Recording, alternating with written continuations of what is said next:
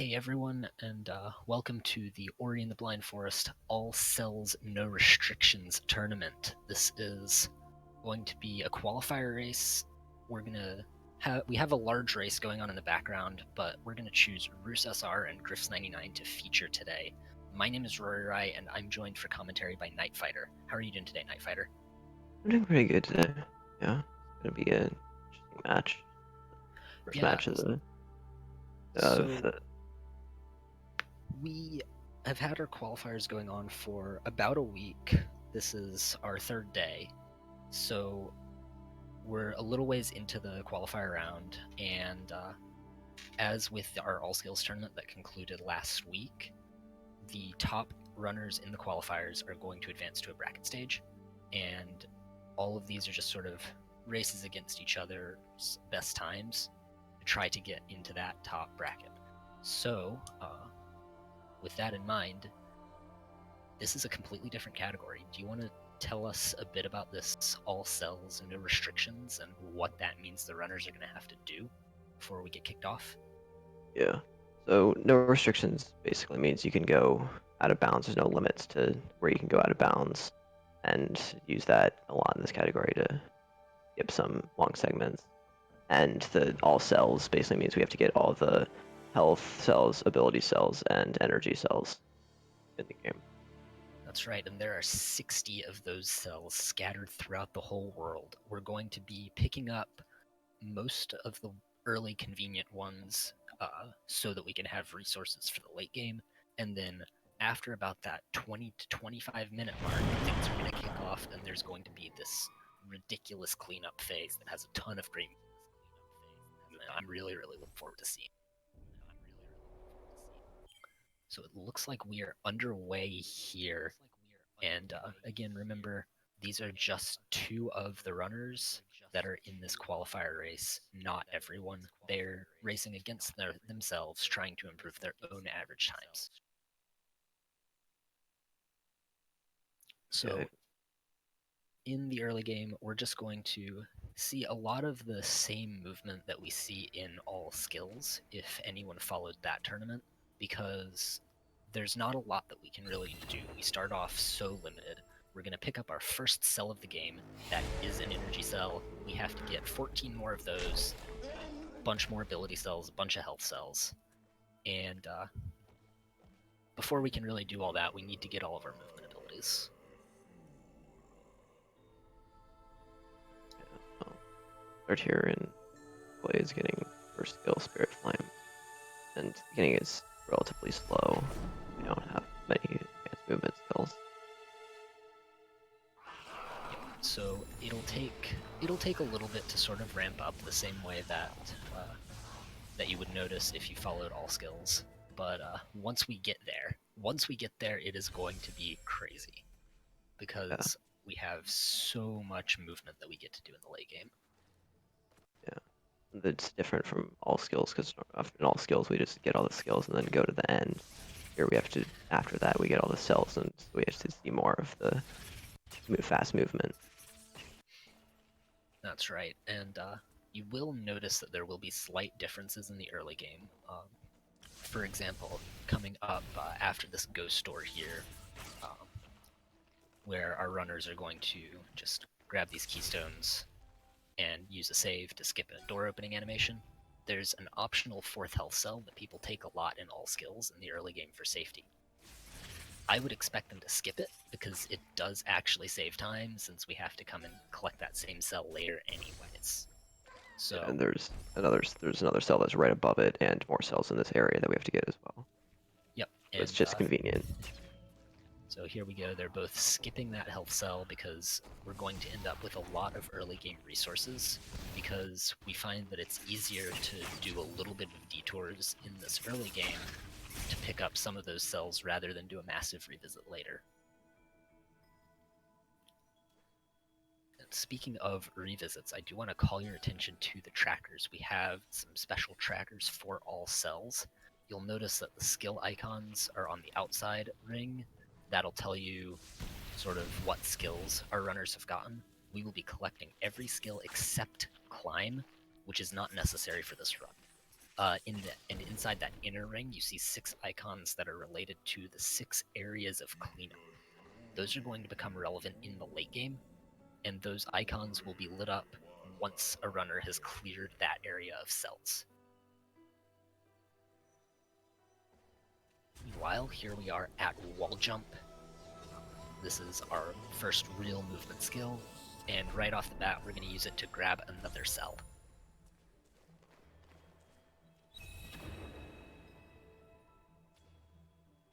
So that is now 2 of 60, and I'm not going to keep count for the whole run, but you'll notice that the cells come fast and furious late game, as opposed to here in the early game, where it's just a cell here, a cell there. Now we're heading back towards Blackroot, and Blackroot is going to be, we grab our dash skill so that we can go really fast, and then the run starts to really deviate a little bit. Yeah. We have a pretty important trick coming up at the start of Blackroot, and that's going to be relevant not just for a bunch of cutscene skips, but also for some teleports that we'll do later. Do you want to talk about Save Anywhere a little bit? Yeah, so the Save Anywhere is a trick that you use to open up the menu and then move behind it to be able to save an ability. Level up an ability which saves the game anywhere to skip cutscenes, but it's also easier for some out of bounds tricks as well. Yep, that's right. And so on the screen, our runners, Grifs and Roos, they're going to regain control behind this ability menu, and then they can walk into this cutscene here, level up, and that will save the game. They can reload, and the cutscene is flagged as completed. That's a pretty standard cutscene skip that we'll see a number of times throughout the run. But I just want to call a special attention to that menu storage that we can do, because that's going to be relevant for a number of tricks later in the game. So don't forget that. Now, we're going to be, oh no, Roos, a little bit off on that slime, does not manage to survive that hit. So, just coming back through Blackroot, we have to grab XP in here because we do need to get enough experience for later, but we're not routing for a Frankie Walk this time. Yeah, because we don't have to do the Frankie Walk, because there's a faster way to get through to Grotto going out of bounds. Yep, and that involves an area right after the dash skill, and we'll talk about that in just a minute when we get there. But for now, we just have to survive this platforming section, this darkness, Grifs moving past these lasers. Everything looks good.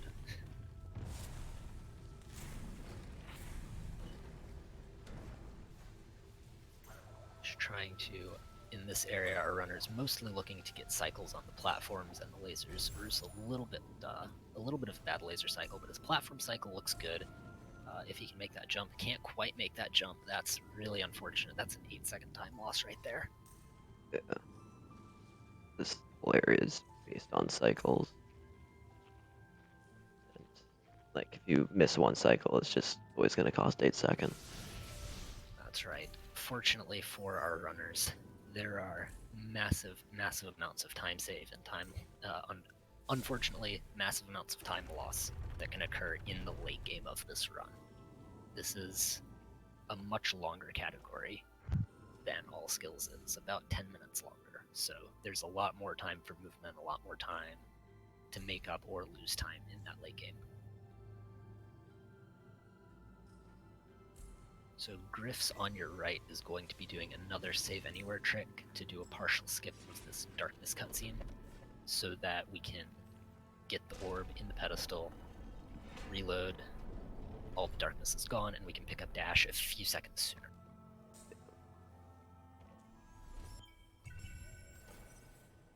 Coming up, we mentioned that this is a no restrict category. It allows out of bounds. There is an out of bounds that we can do from here in right after this dash area to get into Grotto. So tell me how that out of bounds works. So there's a big boulder down here, and we can use that boulder to push us out of bounds down below. We'll just see it right up here. Walk along here. So if you watch Grifs, there's a very specific spot that you can sit at right here, and by crouching, he'll get hit by the spikes, take a damage, and While he's invincible, he just gets pushed out of bounds. So he Come up placed here. a soul link underneath the ground there. He's going to come up and grab this cell, and then he can rekindle the soul link, and he'll be back out of bounds. And now it's just a few quick dashes, and we're right down into Grotto. Going for the fast cycle here, does not get that cycle, but that's not a huge deal unless Roos gets it. So we'll have to keep an eye out for Roos as he falls into Grotto as well. Going straight for the cycle. Not quite. Almost. Alright, Grif's setting up for another ghost door. Nice setup there. Heading down towards double jump, and then we can sort of have a little bit more freedom of our movement. Be heading back out of Grotto, grabbing a few cells, and to collect our next skill. This early game really is very similar to all skills, aside from that boulder clip that we do. Oh no, Grif's a little bit of trouble getting out of that area. Has to dodge the Frankie, but he makes it through without taking a hit. Roos instead going to go for some blind movement, which is going to be faster, so he'll make up a little bit of time on Grifs here. I think Grifs didn't have enough energy to do another save to be able to set up the blind movement. Yep, there is very, very tight energy management that has to happen through Grotto, and Grif's coming up on his Grotto skip. That precise jump off the wall, very nice first try there. We'll see how Roos does on his in just a few seconds. On the left, as he comes up, he's going to nail his as well. Alright, and now just a couple more cutscene skips as we exit out of Grotto. These are more simple cutscene skips. We don't need a save anywhere for these because we can actually put a save right outside the cutscene. So we're going to grab this XP to get a level up. This is the level that we route for in that early game, as opposed to the Frankie Walk level, because we need the energy refill here. Now, in other categories, this bridge might be down, but we can just rekindle skip it. To regain control during this cutscene, the bridge stays down, or stays closed. And during the cutscene, we're going to come over towards this health cell up here.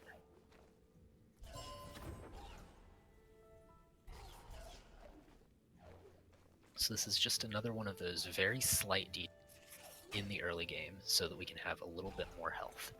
And that health is going to be relevant because of things that happen later on.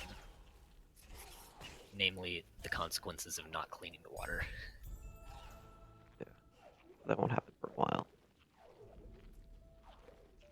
That's right. But it is important to note that we do still need a lot of health, because there are swimming sections later in the game, and we have to take a lot of damage for them.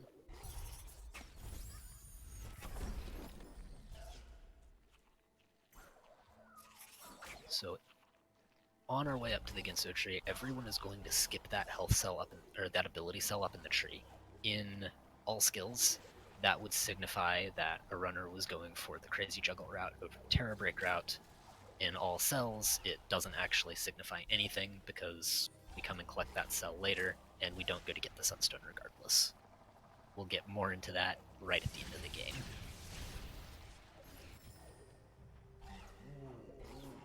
But we're coming up on the Ginso tree, and Ginso is going to be pretty straightforward. It's all just platforming. Climb up the tree to be able to get the next skill bash. And there's also an energy cell in Ginso as well that they need to get. Yep, unfortunately that energy cell is not too far out of the way, and there is only one, and it's not too far up the tree. So we get to do the same sort of thing that we do in pretty much every category that comes to Ginso. We just go here for bash.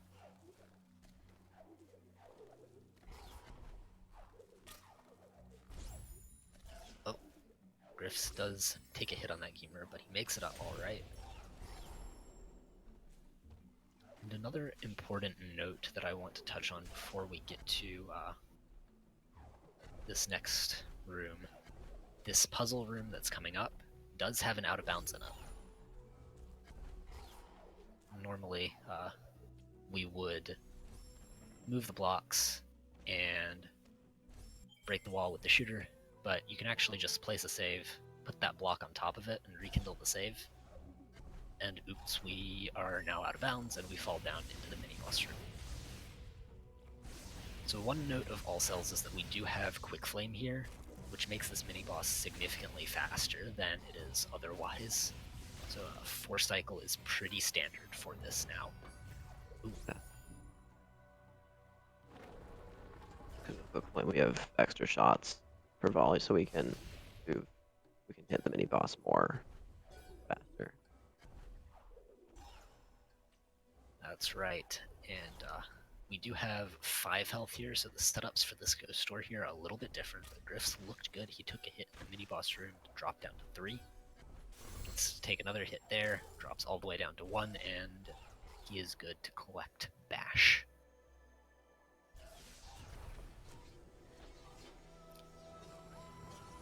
So we're coming up on our key dupe, and our key dupe is slightly different than it would be in other categories because we need less keystones and we have to detour for a cell. Yeah, because we can go to bounce and skip some of the other keystone doors that we need in other categories. We don't need to get we don't need to get 3 extra keystones here. We only need the 2 for swamp. Also, we need to get that energy cell that you can see on the right there. That's right, and Griff's a little bit of trouble collecting his XP, getting up to his key dupe. So it looks like Roos will have gained a little bit of time back there. Griff's taking some intentional hits on the spikes to set up this intentional death here for the key duplication. Nicely done. And now on his second run back to the door, he is going to detour to grab that inner bell.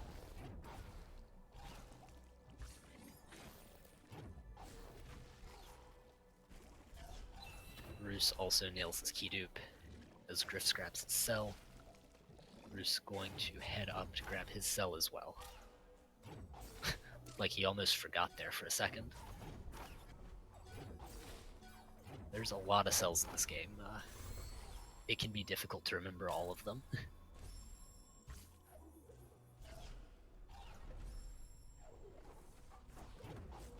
If you've run other categories where you don't always get all those cells, you're not used to doing it, going out of the way to get those. That is right. So now we've got another really important trick coming up for Grifs on your right. And this is where that menu manipulation that we talked about for Save Anywhere comes in handy. So can you tell us about warp displacement, Night Fighter? So we're teleporting to Glades, even though we're not going to Glades, because we're gonna there's a log over to the left that we can use to move farther to basically make the teleporter teleport us to a different position, but Griff didn't get the save off, so he has to redo that. Pay attention to Roos. He stands on this platform that he does get it. Maybe he's trying to fall through, he gets the cell. Essentially, what a warp displacement is if you stand on a physics object during a teleport, then the game rotates your position around the teleporter that you were going to stand on. So here's Grifs. He falls through onto his cell as well, second try.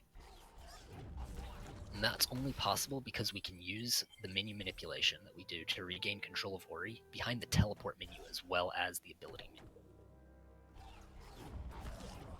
So now, both these two on their swamp entries, going for the double bash method. Roos, nice. Had a little bit of trouble the first time, but is through this time. On to Stomp.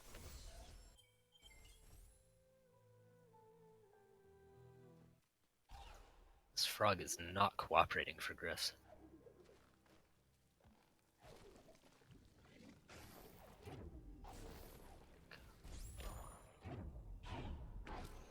Roos a little bit of trouble as well. Remember, this water is poisoned still. So he will be taking hits on that, and there is going to be very relevant things later on. Grifs makes it through, finally, and is onto his stomp tree as well. So Roos picks up the skill. On our way out, there's going to be another cell that we have to grab, though.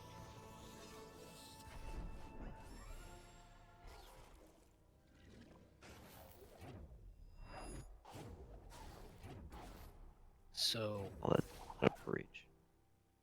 Got it. Yeah, so there's an energy cell above the water here. So hopefully everyone's at full health coming out of this, because we have to dive in here and double bash a fish.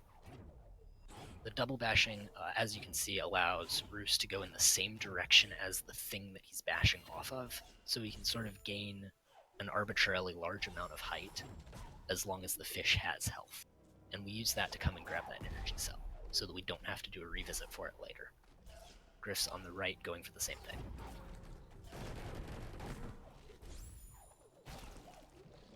He gets his first try as well.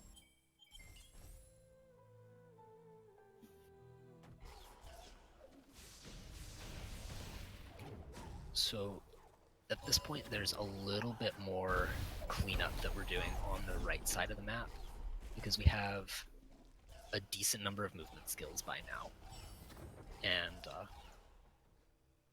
then where do we go after that? So we're gonna be going up.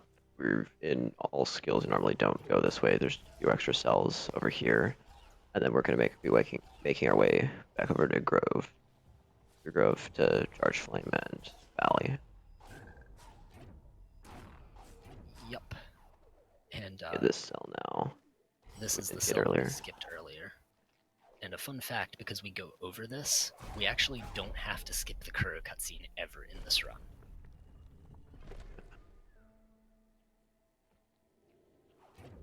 So Roos is going to open that that gate for later, but we're not going to go there quite yet.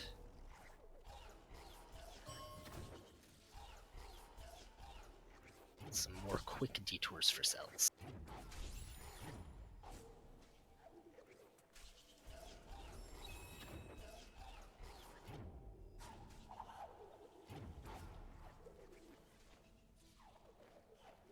So once we get to Charge Flame here, we're going to be picking up Charge Dash very shortly, which is a little bit earlier than we can get it in other categories. So what do you think that sort of the benefits of that are, getting this earlier Charge Dash? Well, Charge Dash allows for a lot faster movement. It's like there's many different things you can do with Charge Dash to go quickly, and it just saves more time to be able to get that early and be able to go faster through Valley. Yeah, that's right. We're all, as runners, sort of used to having access to it after Glide, because we need it to get into Sorrow. But here we get to pick it up right here before Valley. And that means that we get to use that faster movement for just a little bit longer.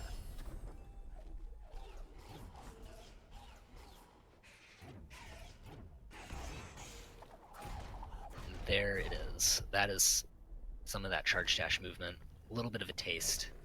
We might get to see some more Charge Dashes and maybe some rocket jumps from Roos and Grifs as they make their way through Valley. Yep, we'll definitely see a lot more of it after Valley.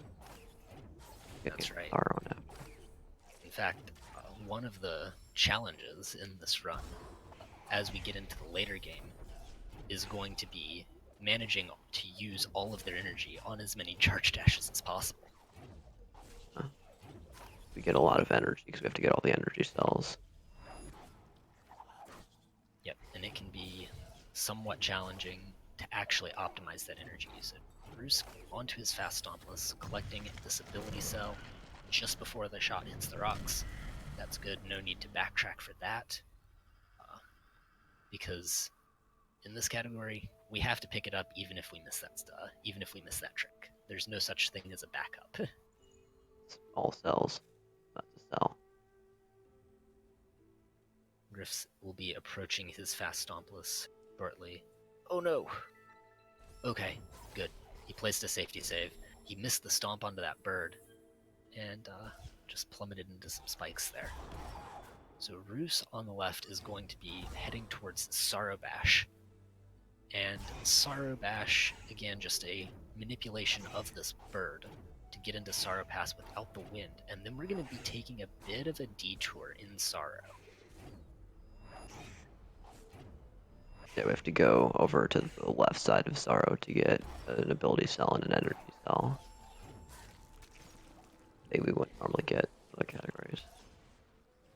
Yep, if you're used to seeing us just rush straight to the top of Sorrow with all these crazy rocket jumps and frog juggles, well, nope, we're gonna come over and do some other cool stuff. Here's a little rocket hop. That's perhaps the smallest rocket jump that you can do. It's actually useful. And we get up to this lever to open that ability cell up. Grifs on the right, though, has made it through his fast stompless and is onto his Sorrow Bash. Uses an extra rocket jump. That'll save him a little bit of time, maybe over Roos at the cost of some energy. Takes a hit on the spikes, but we have more than enough health, so he's through safely. And he's heading over to the left as well, following in Roos's footsteps. So Roos now is going to grab this boulder, and what is significant about this boulder? This boulder allows us to get out of bounds right up here, and skip a section of having to go around to the side, back to the right, and going through some spikes, and gets us straight up to charge jump.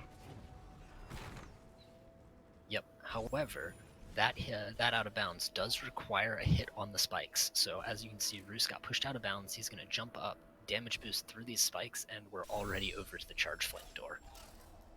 But remember, Grifs took a hit on the spikes on the way into Sorrow Bash, so he needs to pay attention to his health coming up to this out of bounds.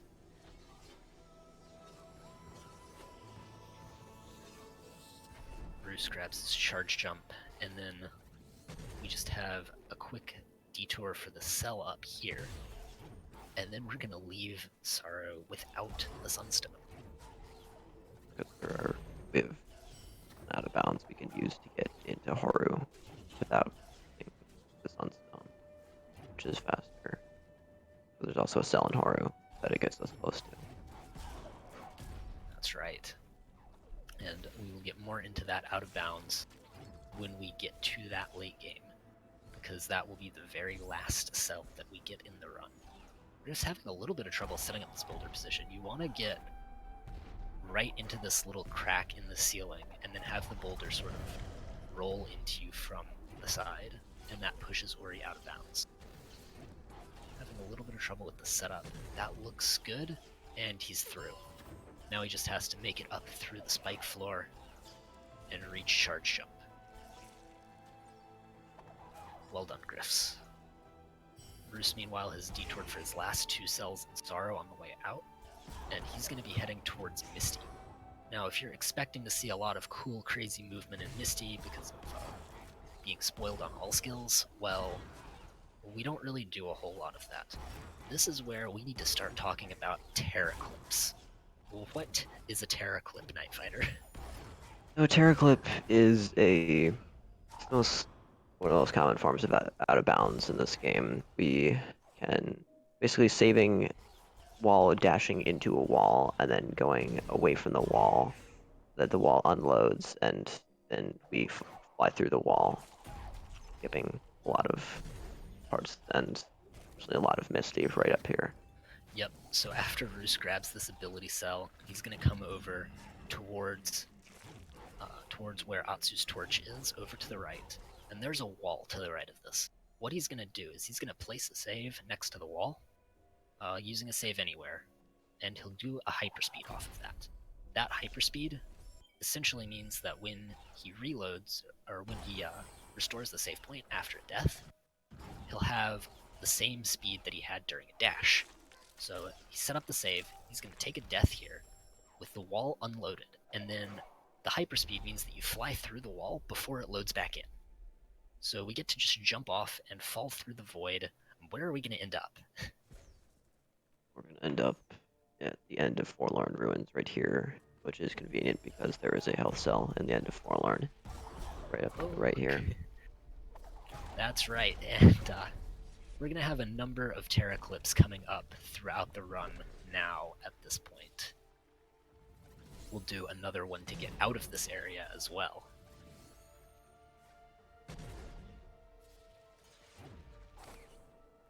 So coming over to grab this health cell. That is all that we need out of Forlorn.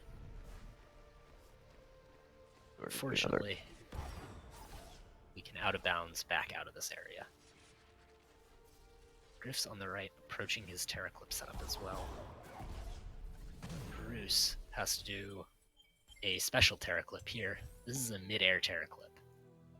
So he's actually going to back up his save file because this one is not easy. And failing this one can cause you to just not have ability points to continue the run. But he gets... no, he does not get through. I'm not sure if that was because he didn't die far enough away. Oh, and there it is. Places another save to make sure that he loads. And he is going to fall down, and he's in main Forlorn now. Grifs has also nailed his Terra clip on in Misty, and is falling through the void to reach Forlorn.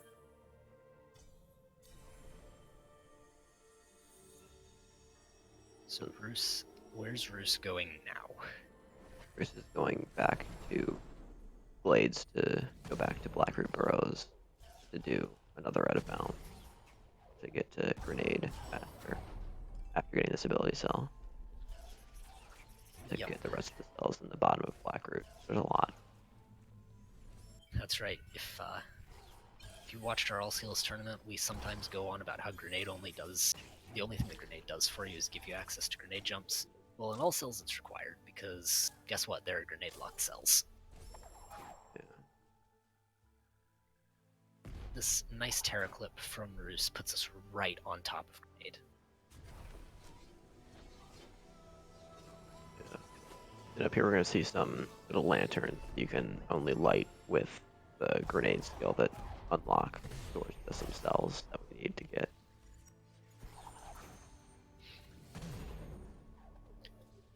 Yep, Roos misses that lantern first time. He's going to actually bash off of that grenade in order to get back to the platform. Gets the lantern the second time. These grenades do cost energy. Not much, but they do cost half an energy. Looks like meanwhile Grif's having a little bit of trouble getting out of this health cell. These lasers can be a bit of a pain, especially if that lantern that he tries to bash off of is not swinging in a way that's really conducive to grabbing it. Come on, Grifs. You got this.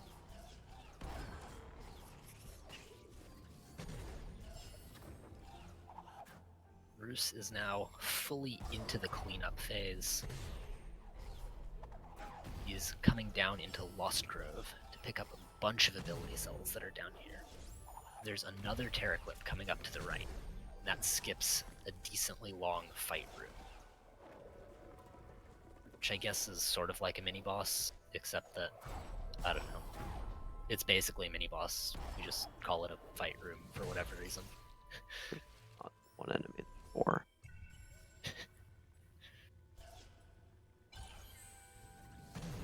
He's also going to level up Ultra Defense here, which is going to be important just coming up to be able to get through the long swim section to get another ability cell that we need a lot of health for. The water's not clean. Yep. And Grifs, meanwhile, has made it past that laser section and is out of Forlorn, heading down towards Grenade. So, Roos, this is the swim. And it's really, really useful to be able to double bash the fishes. But he misses one. Is he going to have enough health to make it out of the water? Looks like he's good. But why was he not okay with that? I don't think he had enough energy to be able to save to get it up to more health. he realized he was only at 1 energy, so he wouldn't Yes. have been able to save and get more health. Yup. If you don't have enough health to make the swim on the way back, then you have to place a bunch of saves over here. And he didn't have energy to place enough saves to get enough health to make it through. So he had to just sort of reset the swim and get more energy. So now what he's going to do is take some intentional deaths to reset his save cooldown so that he can place more soul links, because each soul link restores 2 health. And that should be enough for him to make it out. Yeah.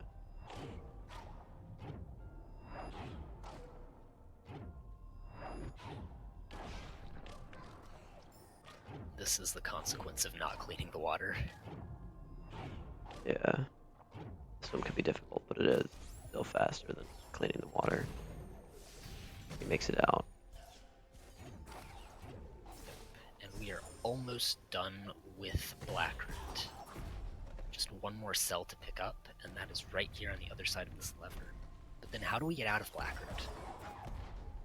Well, we do another Terra clip over up and to the right, and which skips a long section of this long cutscene that we don't want to deal with, and then it gets us right to some more cells in the bottom of Grotto. Yeah, so if you ever get a chance to look at the map of REDE, you can see a lot of stuff is really, really close together.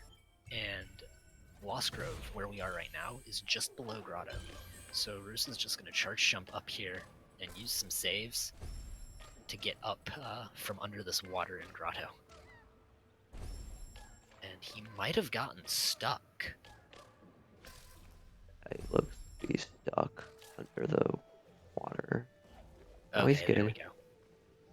It is possible to get mostly stuck under there, and you can take a lot of deaths just trying to get out, because the water is still poisoned, and there's spikes that do a lot of damage right over top of you. Now Grifs, on the other hand, is going to get to this underwater cell a different manner than Roos did. Roos took a long swim, but Grifs is going to use a Terra Clip, and then take a swim out. Nicely done on that Terra Clip.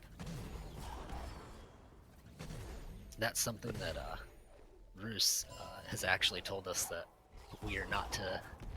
We are to just tell him no if he ever tries to do that Terra Clip, because in a previous qualifier, he had a lot of trouble with it, and that's why he did the swim there today. And the Terra clip can be nice because it means you don't have to resave a lot of times in the water. Trying to get out. Yeah, for sure. You save a lot of damage that you take on the way in. Roos almost done with Grotto. As Grifs sets up his Terra Clip to leave Blackroot. Oh, doesn't quite get the death to the thing. So Roos is coming up on Butterclip. There was a door, you may remember, that we opened with a stomp peg very early in the run.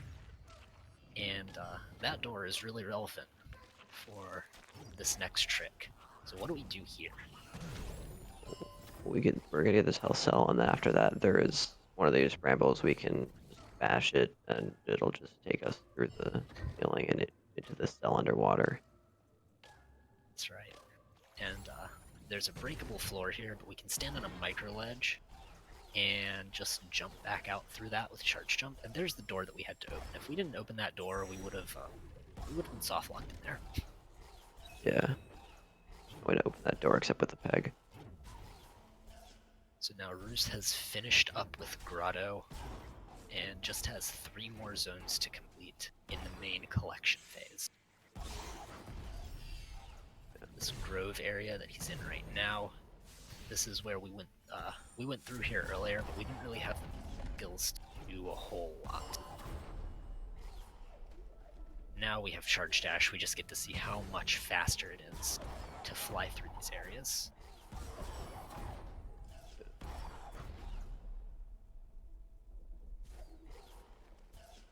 Uh-oh. Did I forget that I bring myself? That looks like Roos forgot a cell. That is so easy to do.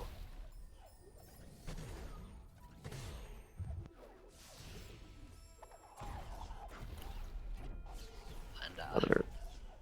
Yeah. I wonder how he's gonna adapt to this. When he's gonna notice. It can be hard to notice because the game doesn't like specifically tell you.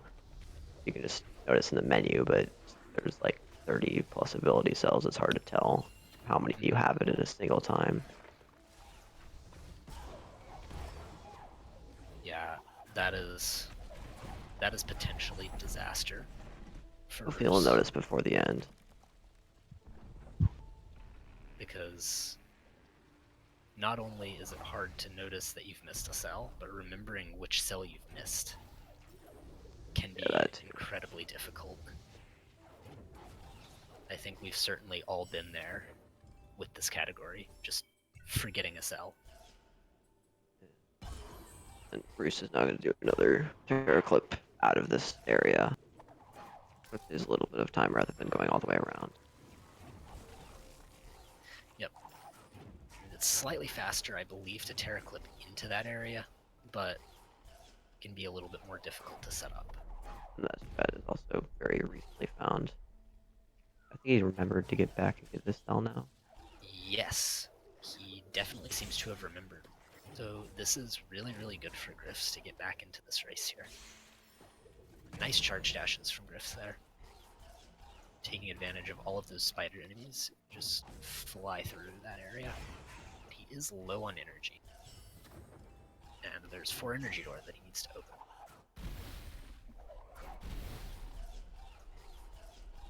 That is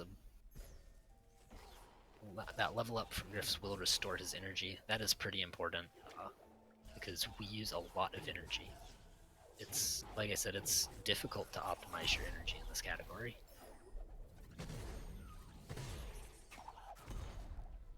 So, Bruce is now actually done with Hollow Grove.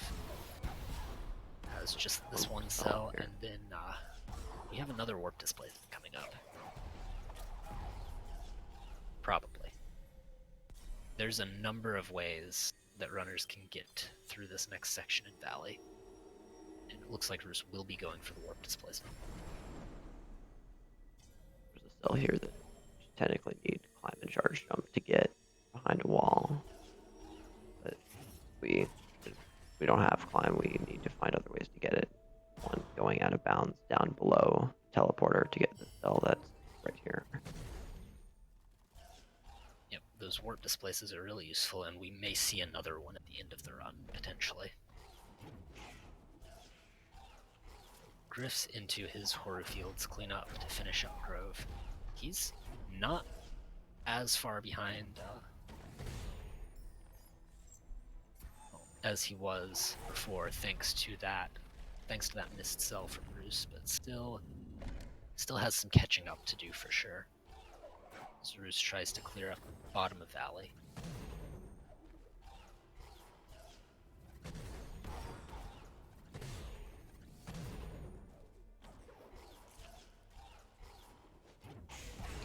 We do actually have another swimming section coming up in just a few seconds for Roos.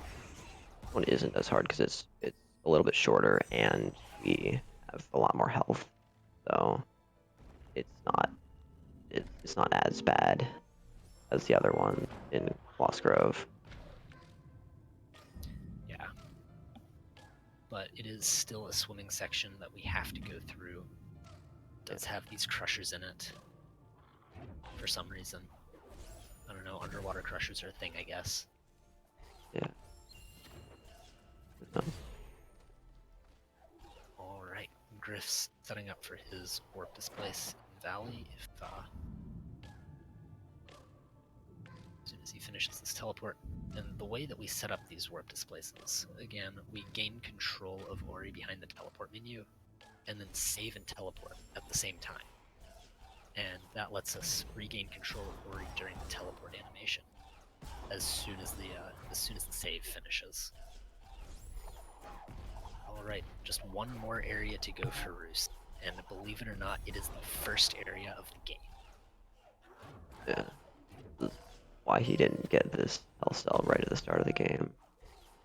Because there's an ability cell right above it, and it's quicker to get them both at the same time. That's right, since we have to collect all of the cells anyways, it actually costs the full 8 seconds to get that health cell at the start of the game. And since you don't need it, does manage to find a little bit of ground there to charge jump off of. Get up to that last ability cell there. This section is actually going to be a little bit spooky because there is a laser right off the bottom of the screen there. If everything goes well, normally the game might expect you to push down a boulder and block the laser, but I don't think Roos is going to do that. We're just going to jump here and dash over it.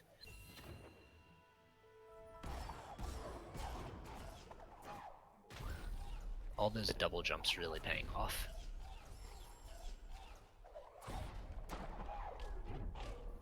Down getting this last, or not last, energy cell down here. But after this, there's just 2 more cells.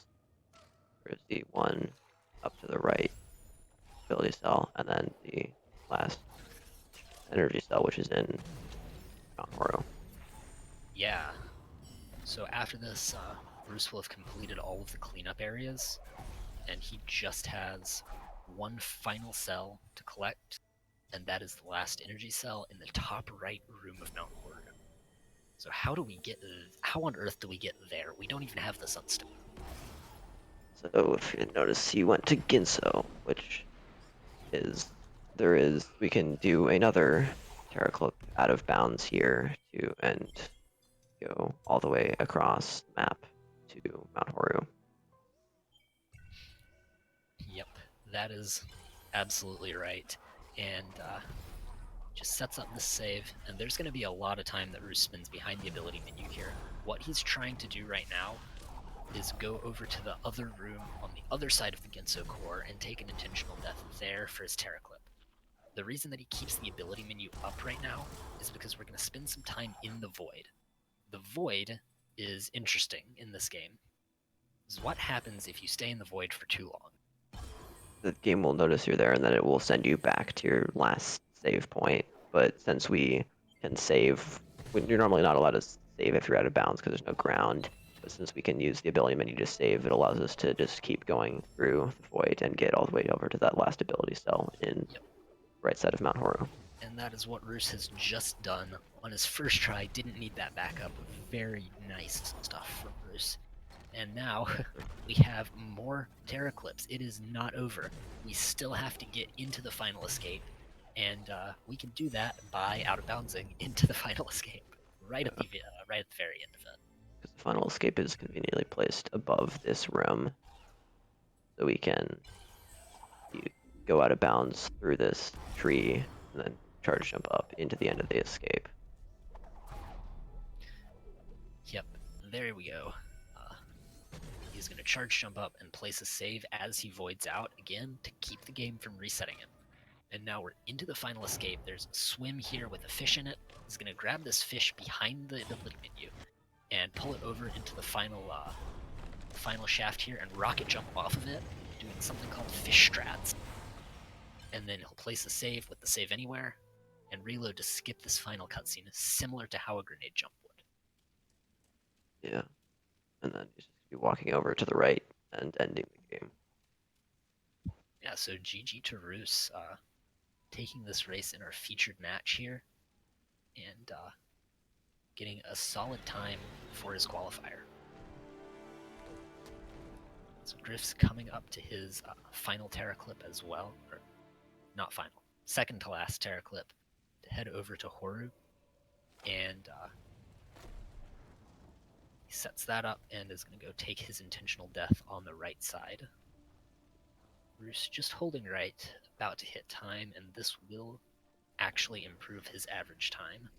His current average before this 47.48, had been a 48.55. So that's a notable improvement there. Grif's placing some saves out of bounds, flies through into Mount Horu. Well done. Another first try. That's not an easy clip. Yeah, because the timing on it is very precise because you have to where you're going Horu is below the gates, so you have to stomp down, and getting the amount of time you're stomping is one of the hardest parts of that trick. Yeah, it's very important to stomp the correct amount of time, because if you come in too low, you'll end up a room down, and it's very difficult to get out. And if you come in too high, you can actually just get stuck in the final escape. It's actually possible to out of bounds with that out of bounds to where Roos was where just a second ago at the end of the game. So Grif's trying to set up this Terra Clip through the tree. This is a difficult one because the Void Zone is directly to the left of that screen. Yeah. Another backup for safety. I 100% respect those backups.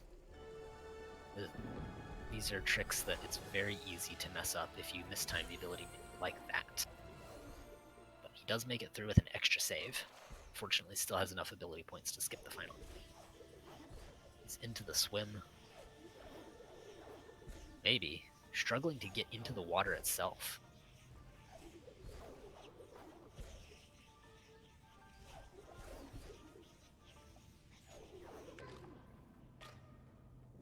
There we go. He does manage to get into the water. Grabs his fish to set up for fish strats.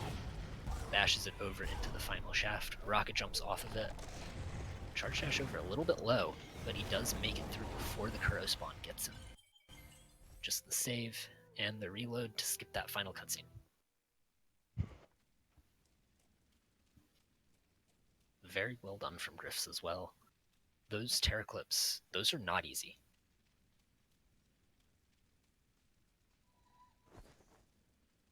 So this will be Grifs' third qualifier time, and that will give us an average to put on the board.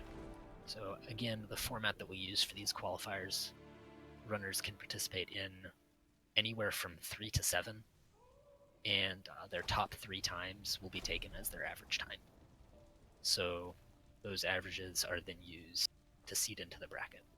Our bracket for all cells is going to be top 8. So those averages are incredibly critical if anyone wants to move past this qualifier stage. A 50-47 from Griff. That's really, really impressive. Only a 3-minute difference in such a long category.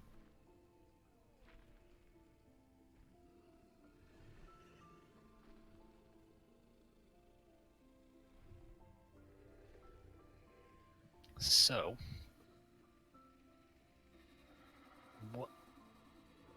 what do you think?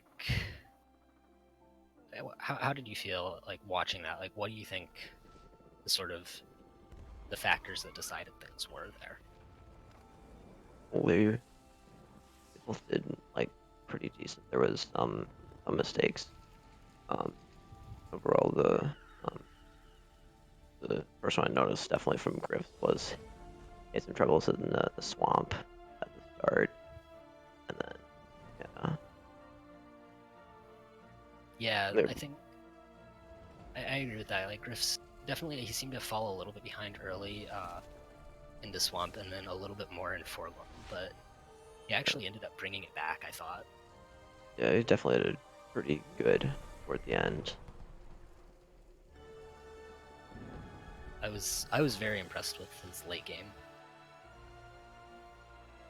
Yeah. So we do actually have the average time for Grifs now. It is a 52:34, which is definitely a respectable average at this point. A lot of our runners for this tournament are recently picking up all cells. Turns out that when you announce a tournament, categories tend to gain a lot of traction right away. So a lot of our runners still learning the category, still improving. So it's really, really good to see all of this improvement, all the interest that has been shown up in all cells. Now, with that said, we do have another qualifier today. We have 3 more qualifiers tomorrow, and we are going to be broadcasting another one of those and that will also be at 3 p.m. Eastern Time, Eastern Daylight Time. That is relevant. The same time that this broadcast was at. We will be featuring one of our top matchups in the tournament, the All Skills Tournament champion Uncle Ronnie, and will be featured with Sigma Sign. Another one of those two are both tournament favorites, so I am really, really looking forward to that. What about you, Night Fighter? Yeah, they're currently the two best. Well, they have the runners with the lowest time PB times in this tournament, and they're both very, very good at this game in this category. That'll be a very interesting matchup tomorrow. Yeah, so if you think All Cells looks interesting, then tune in tomorrow at 3 p.m. Eastern Daylight Time and check out those two as they go head-to-head in our featured matchup. But with that, we are going to sign off for now. Thank you everyone for watching. Have a good rest of your day.